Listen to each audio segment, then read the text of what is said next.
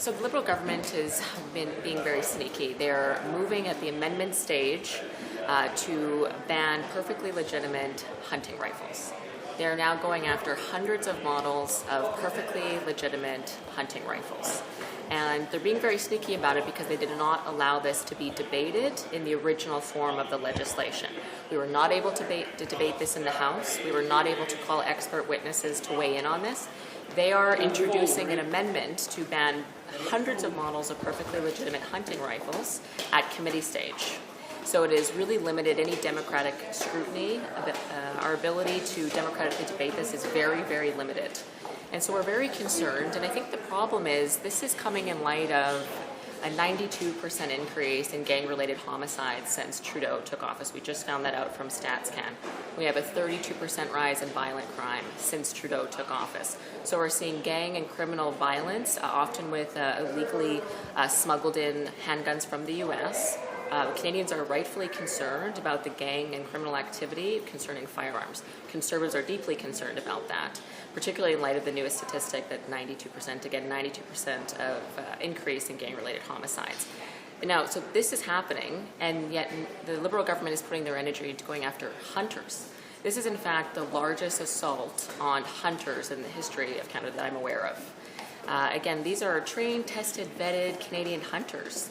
They're going after Grandpa Joe's hunting rifle instead of gangsters in Toronto. But can you explain how they're doing that? Like, is this about the amendment they've introduced that sort of sets parameters for what guns are considered prohibited, or what's the specific legislative thing they're doing that makes this change, in your opinion? So they're bringing forward an amendment that adds, as you said, certain parameters to what are prohibited firearms. So we have non-restricted firearms, we have restricted firearms, and we have prohibited firearms. No one is allowed to legally own them. Criminals own them illegally, but no one is allowed to legally own them.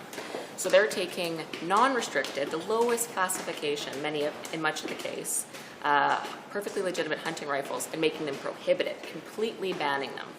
And unlike with the OIC that came out 2.5 years ago, where they told Canadians who own these firearms legitimately, don't worry, we'll pay you for them. That doesn't appear to be the case here. So we're talking about millions of perfectly legitimate hunting rifles that people will not be receiving an ounce of compensation. So you got Grandpa Joe's hunting rifle, too bad he can't use it anymore. The Liberal government is banning it. That's what we're seeing here. It's deeply concerning, and again, the focus should be on the gang-related homicide spike that we've seen, and yet they're targeting hunters.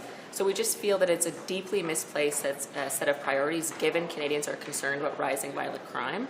And it's completely unfair to Canadians' perfectly legitimate hunting community. They're being attacked by the Liberals when we have a legitimate gang violence problem that they should be going after.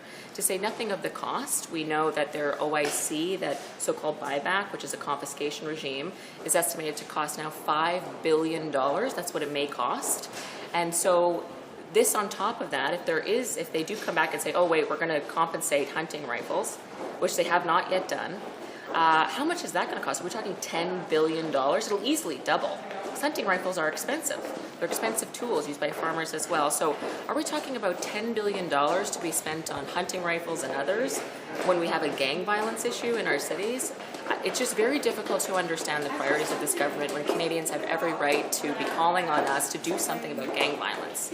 So we're deeply disappointed, and we're just learning about this. It just happened a few days ago. We're trying to understand the magnitude, but just to clarify in sum, the Liberal government is coming after hunting rifles now. They're coming after hunters.